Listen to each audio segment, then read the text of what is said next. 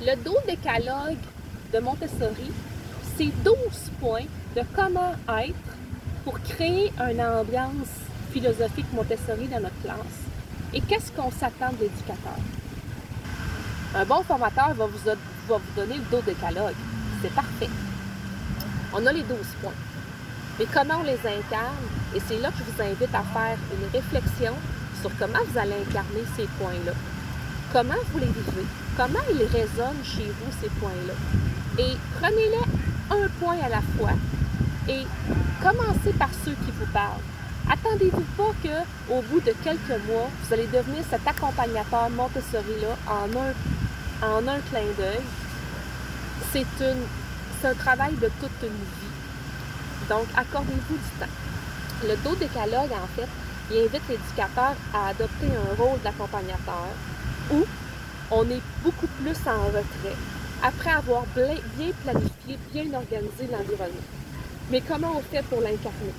Comment on s'accompagne nous-mêmes ou on travaille en équipe pour se faire accompagner par nos collègues ou par les gens qui nous entourent, qui nous inspirent, pour être présent auprès des enfants en répondant à leurs besoins, tout en évitant de les juger, de les casser, de les déstabiliser dans leur lien affectif. Tout ça est une belle référence, une belle réflexion à faire. Le travail sur vous-même commence alors. L'introspection. Je vous donne aujourd'hui quelques pistes pour votre travail d'accompagnateur. Et je vous parle un peu du dodécalogue, les 12 points d'éducateur. Je vous donne des exemples. Mettez votre énergie dans la préparation du milieu et de l'ambiance. Prenez-en soin de façon méticuleuse. Ça veut dire de prendre le temps de préparer son milieu, de l'observer, changer les choses tranquillement, pas vite. Comment est-ce que je suis bien dans ma classe?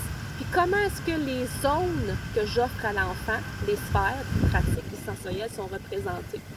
Et comment elles sont bien prises en compte pour pouvoir répondre aux besoins des enfants. Parlez positivement de l'enfant tout le temps. Parlez positivement de l'enfant et parlez positivement à l'enfant. C'est beau. C'est une seule phrase. Mais comment on l'incarne, comment on le fait? Révisez le vocabulaire que vous utilisez. Révisez ce que vous dites aux enfants. Qu'est-ce qui résonne en dedans de vous? Quand on s'adresse à un enfant, on s'adresse à lui de la même façon dont on voudrait se faire adresser quand nous, on est dans une situation d'apprentissage. Soyez actif lorsque vous mettez l'enfant en contact avec l'environnement. Soyez apparemment passif quand le contact est établi et que l'enfant travaille. Donc, on ne le dérange pas, on le laisse travailler. Comment on incarne ça? Comment est-ce qu'on joue avec cette phrase-là quand il y a d'autres enfants qui dérangent les autres? Notez l'expérience que vous faites. Faites-vous des petites réflexions le soir sur un ou deux comportements que vous avez adoptés. Et voyez si dans ces comportements-là, il y a des changements que vous pourriez apporter. Je vous invite ici à ne jamais penser que c'est l'enfant qui doit changer quelque chose. C'est nous comme adultes qui devons changer les choses, ou changer, ou accepter, et non l'enfant à changer quoi que ce soit. Respectez l'enfant qui fait une erreur et laissez-lui la possibilité de s'auto-corriger sans votre intervention. Ça vaut pour l'erreur sur le matériel quand il ne l'utilise pas comme il faut. Mais ça vaut sur l'erreur du comportement quand il ne se comporte pas comme il faut. Et sur ce point-là, je vous invite à faire une belle réflexion. Parce que quand on parle de respect, de bienveillance, de compassion, d'empathie, comment on peut l'incarner auprès de l'enfant pour qu'il se sente entier, complet et respecté. Je reviens à ce que je vous disais tout à l'heure. Adressez-vous à l'enfant de la même façon que vous aimeriez qu'on s'adresse à vous-même quand on a quelque chose à vous dire. Et juste cette phrase-là, ça va vous apporter beaucoup de révélations. Et si, sur cette seule phrase-là, vous passez les prochaines semaines ou mois à travailler sur les mots puissants que vous pouvez introduire dans votre vocabulaire auprès des enfants et que ça change la façon dont vous percevez votre enseignement et que vous voyez que ça a un impact puissant sur l'enfant, vous allez déjà avoir une partie du travail de fait. Invitez de nouveau l'enfant à un travail qu'il a déjà refusé. Ce que j'entends là-dedans, c'est accepter que l'enfant puisse vous dire non. Comment on vit avec le refus. Je vous invite à penser à quelques pistes. Moi, je vous en donne des pistes de réflexion. Méditez. Prenez le temps de méditer à votre façon. Prenez du temps pour vous. Ayez de la gratitude pour ce que vous avez fait. Remerciez les enfants pour qu'est-ce qu'ils font, qui vous fait du bien. Avoir la foi en vous, avoir la foi en l'enfant qu'il va réussir. Savoir être maître de ses propres émotions.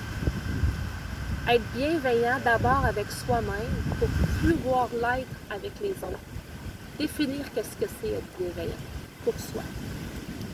Se donner des buts qui font du sens pour nous.